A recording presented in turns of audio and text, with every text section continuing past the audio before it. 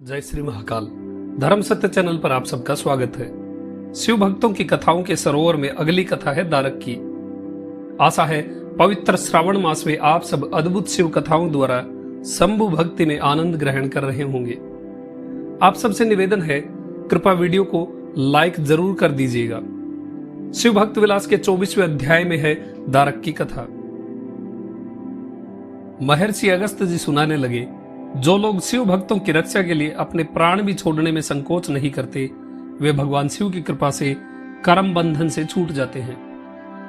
तिनके के समान तुच्छ समझकर अपने प्राण छोड़ने वाले दारक की कथा उदाहरण के लिए सुनाता हूं, जिसे सुनना भी पाप का नाशक है।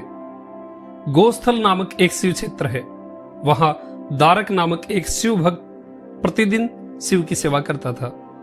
एक हाथ में फरसा रखता था और शिव के या शिव भक्तों के द्रोही का संहार कर दिया करता था। उस गोस्थल में ही शिव धर्मा नामक एक ब्राह्मण रहता था, जिसका नियम था फूलों से रोज भगवान शिव की पूजा करना। यह व्रत उसका कभी भी खंडित नहीं हुआ। काफी समय तक उसका अर्चना नियम चलता रहा। वहां का यशस्वी राजा था अनपायनय। वो भी शिव भक्त था और शिव भक्तों का प्रेमी था। शिवद्रोही को वो तुरंत दंड देता था।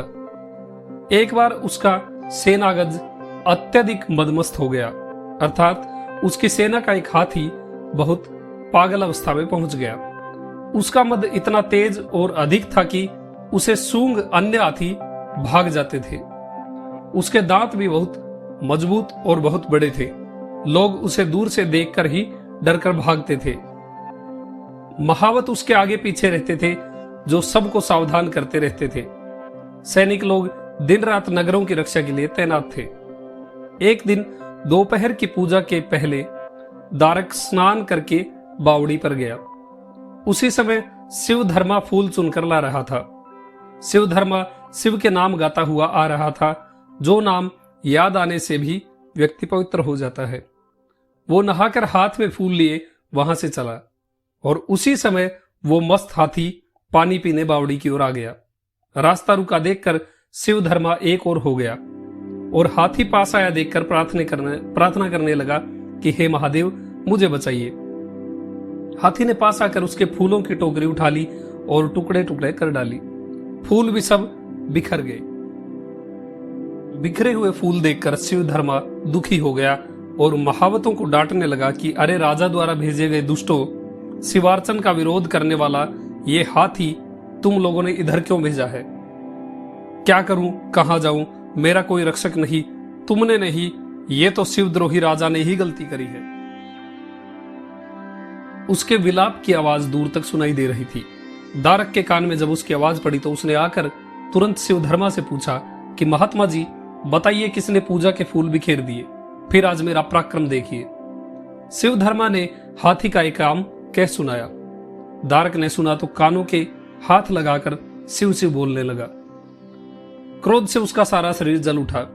उसने मरने की परवाह किए बिना दौड़कर जाकर उस मस्त हाथी के पैर पर वार किया।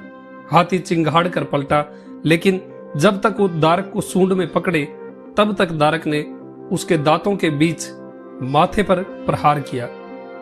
उस गहरे घाव से वो महागज मरकर गिर पड़ा। उस हाथी की सुरक्षा कर रहे 3 सैनिकों को और हाथी के 2 सेवकों को भी दारक ने मार डाला।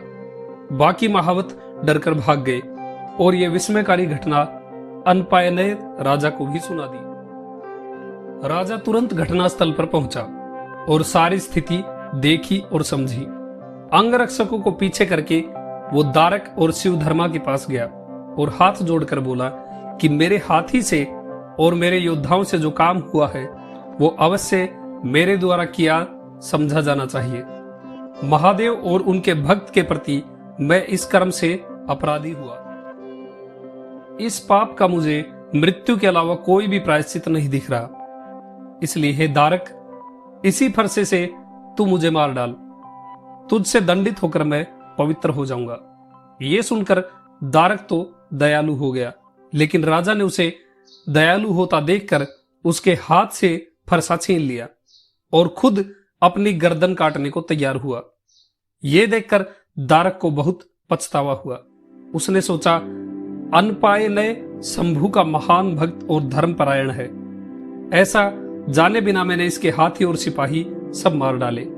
शिव भक्त की वस्तुओं के विनाश रूप पाप का प्रायश्चित तो मृत्यु ही है। मैं इसी फरसे से खुद गला काटकर मर जाता हूं। इसलिए वो राजा से फरसा छीनने लगा। मैं द्रोही हूं, पहले मैं मरूंगा, नहीं मैं ही द्रोही हूं, पहले मैं मरूंगा, ऐसा बोलकर दोनों झगड़ने लगे।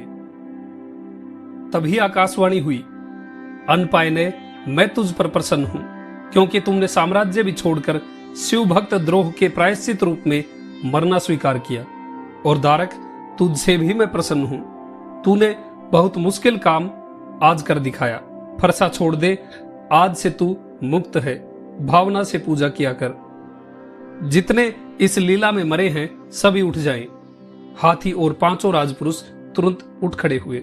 लोग आश्चर्यचकित थे, फूलों की बारिश होने लगी। राजा ने दारक और शिव धर्मा को प्रणाम किया और उनसे दोस्ती स्थापित करके हाथी पर चढ़कर महल को लौट गया।